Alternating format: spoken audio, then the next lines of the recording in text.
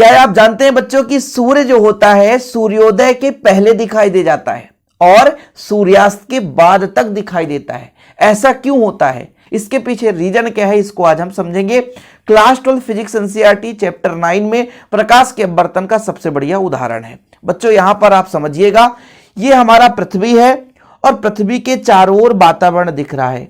जैसे जैसे आप पृथ्वी की ऊंचाई पर जाओगे, पृथ्वी के चारों ओर जाओगे, तो आपके चारों ओर का जो वातावरण है उसका घनत्व तो कम होता जाता है। ये सबको पता है, क्योंकि पृथ्वी के नजदीक जो घनत्व है वायु का घनत्व तो ज्यादा है। जैसे जैसे आप ऊपर की ओर जाओगे तो वायु का घनत्व तो कम होते जाता है। ये अपवर्तन के कंसेप्ट पे होता है बच्चों। होता क्या है कि जब प्रकाश किरणें एक माध्यम से दूसरे माध्यम में जाती है तो विचलित हो जाती है। थोड़ा समझने की कोशिश करेंगे, क्लियर हो पाएगा, नहीं तो फिर आप समझ नहीं पाओगे। जब प्रकाश किरण बच्चों एक माध्यम से दूसरे माध्यम में जाती है तो विचलित हो जाती है। क्या हो जाती है? विचलित हो जाती है। ऐसे ही जब प्रकाश किरण मान लीजिए विरल से सघन में जाती है तो अभिलंब की ओर झुक जाती है। विरल से जब सघन में जाती है तो अभिलंब की ओर झुक जाती है, और जब सघन से विरल में जाती है तो अभिलंब से दूर हट जाती है। अब यहां पर आप समझने की कोशिश करिएगा, जैसे पृथ्वी से ये मैं कह रहा हूं कि सूर्य है, अब यहां से प्रकाश किरणें चलती है। मैं एक अलग डायग्राम बनाऊंगा तभी आपको समझ में आएगा। यहां से प्रकाश किरणें चली बच्चों, ये गई। अब माध्यम से ये सीधे ना जाकर के थोड़ी से मुड़ जाती है। क्यों? क्योंकि बच्चों जैसे ही विरल से सघन में जाती है थोड़ी सी मुड़ती है, हल्की फिर मुड़ जाएगी, फिर हल्की मुड़ जाती है, फिर हल्की मुड़ करके ऐसे आ जाती है।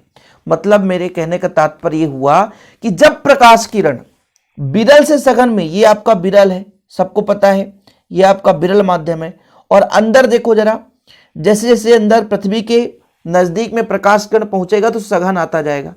तो ये प्रकाश किरण होता क्या बच्चों, चलता तो है लेकिन सीधे जाना चाहिए ना। यहां से चला तो सीधे आगे निकल जाता, ऐसा नहीं होता है। ये गया, जैसे ही सघन में गया थोड़ा सा अभिलंब की ओर झुका, फिर सघन में गया फिर अभिलंब की ओर झुका, फिर और सघन में गया और अभिलंब की ओर झुका, अंत में यहां पे पृथ्वी तक पहुंचा।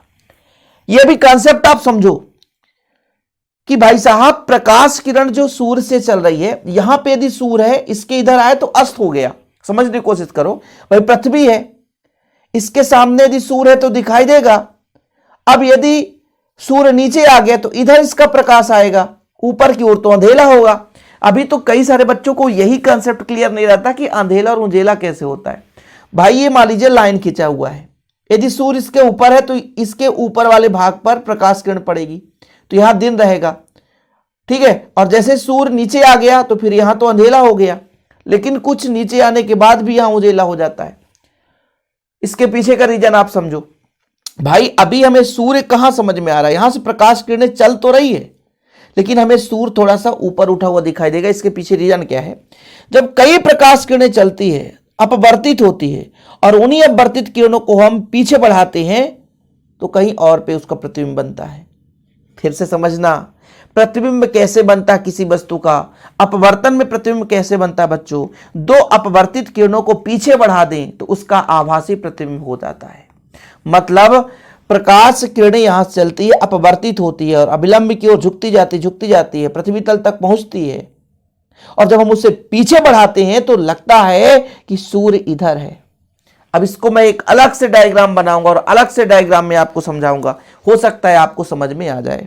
ठीक है बच्चों, समझने की कोशिश करेंगे, क्लियर आपको समझ में आएगा। मैं कह रहा हूं भाई ये पृथ्वी है, ये क्या है, अर्थ है, इसके चारों ओर क्या बच्चों, कई सारे परत हैं, ठीक, कई सारे परत हैं। मैं भी सिर्फ परत की बात कर रहा हूं। अब यहां से ये इसका क्षैतिज खाना है। यदि इधर है भैया, इधर उंजेला कब रहेगा, जब सूर्य ऊपर रहेगा, और अंधेला कब रहेगा, सूर्य जब नीचे आ गया। अब मैं कहता हूं कि सूर्य नीचे आ चुका है, ठीक है, सूर्य नीचे आ चुका है। अब यहां से प्रकाश किरणें चलती है, समझिएगा, यहां से प्रकाश किरणें चली, यहां पे बच्चों टकराई, फिर थोड़े से झुक गई, फिर टकराई, फिर थोड़ी से झुक गई, फिर टकराई, फिर थोड़ी से झुक गई, फिर ये झुक गई, मतलब यहां तक। अब दो अपवर्तित किरण और ऐसे कई सारे प्रकाश किरणें आती है, यहां से चली, ये अपवर्तित हो रही, अपवर्तित हो रही, अपवर्तित हो रही है, अपवर्तित हो गई ना। अब इस अपवर्तित किरण को पीछे बढ़ाओ, इस अपवर्तित किरण को पीछे बढ़ाओ, और मतलब यहां पर प्रकाश किरण जाकर के पीछे बढ़ाने पर टकराती है, तो बच्चों यहाँ पर हम कह सकते हैं कि यहाँ पर इसका प्रतिबिंब यहाँ पर बनेगा। इसलिए ऐसा लगेगा कि सूर्य का भैया अभी अस्त नहीं हुआ है, मतलब सूर्यास्त के बाद भी इसकी किरणें हमारे आंखों तक आ रही है, हमें सूर्य दिखाई देता है। तो ऐसा आभास होता है बच्चों कि सूर्यास्त के बाद भी सूर्य हमें दिखाई देता है, लगभग 2 मिनट, है ना, 2 मिनट 3 मिनट की बात कर रहा हूं।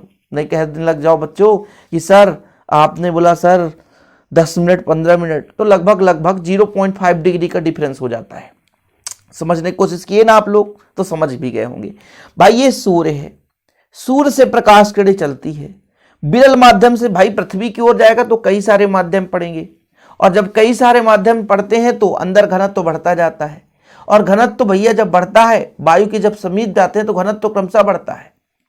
और भाई प्रकाश किरणें क्या होती है, जैसे विरल सघन में जाती तो विलंब की ओर झुकती जाती है, और उन्हीं किरणों को यदि हम पीछे बढ़ाएं तो जहां पर प्रतिबिंब हमें दिखाई देगा वहीं पे हमें आभास भी होगा कि यहां पर सूर्य है। बच्चों देखिएगा, थोड़ा सा कहानी पढ़िएगा कि वायुमंडल से आने वाले प्रकाश के अपवर्तन के कारण, या वायुमंडल में होने वाले प्रकाश के अपवर्तन के कारण सूर्य वास्तविक सूर्योदय से कुछ पहले दिखाई देने लगता है।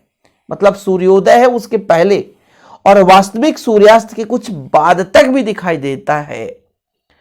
वायु के समीप, पृथ्वी के समीप वायु का घनत्व अधिक है, ठीक है, ऊपर जाने पर उसका घनत्व क्रमशः कम होते जाता है, जिससे अपवर्तनांक भी कम होते जाता है। आपको बताया गया चित्र में सूर्य का वास्तविक स्थिति ऐसा है, ये आपका सूर्य का वास्तविक स्थिति है। सूर्य से आने वाली किरणें क्रमशः, कई सारे किरणों की बात की जा रही है, एक किरण नहीं, कई सारे किरण विरल माध्यम से सघन माध्यम में प्रवेश करती है और अभिलंब की ओर झुकती जाती है। अंत में ये किरणें प्रेक्षक की आंख में प्रवेश करती हैं। मतलब कहने का मतलब यहां पर व्यक्ति है, उसके प्रेक्षक की आंख में प्रवेश करेंगे किरणें, और उसको हम पीछे की ओर बढ़ाएंगे, प्रवेश करती है और एस डैश से आती हुई प्रतीत होती है, जो कि सूर्य का आभासी स्थित होता है। अब आप लोगों को सबसे बड़ा यहाँ पे कंफ्यूजन रहता है कि भाई सूर्य इधर है तो इधर ही ना दिखाई देगा, इधर प्रकाश किरणें, भाई उसका प्रतिबिंब क्या होता है, 2 अपवर्तित किरण को पीछे बढ़ाएंगे। तो इन्हीं जैसे यहाँ पर अपवर्तन हुआ होगा तो 2 अपवर्तित किरण को पीछे बढ़ाएंगे, जहां पर प्रतिबिंब बनेगा वही उसका आभासी प्रतिबिंब होगा बच्चों। तो लगभग इसका आभासी प्रतिबिंब यहां पर बनता है। इतने विस्थापन में लगभग 2 मिनट का समय लगता बच्चों। इस प्रकार प्रेक्षक को सूर्य वास्तविक सूर्योदय के कुछ मिनट पहले तथा वास्तविक सूर्योदय के कुछ मिनट बाद तक दिखाई देता है, ठीक है। इससे वायुमंडलीय अपवर्तन के कारण दिन की लंबाई 4 मिनट बढ़ जाती है, मतलब 2 मिनट पहले दिखाई दे गई, 2 मिनट बाद में, इसलिए 4 मिनट की लंबाई बढ़ जाती है। ओके बच्चों, तो आज के लिए इतना ही। वीडियो पसंद है तो लाइक करके शेयर कर दें। ऐसी वीडियो पाने के लिए चैनल को सब्सक्राइब कर लें। कुछ ऐसे एग्जाम्पल्स एग्जाम में पूछ दिए जाते हैं, हो सकता है आपसे न बनता हो तो आपसे तैयार कर लेना चाहिए बच्चों। जय हिंद, वंदे मातरम।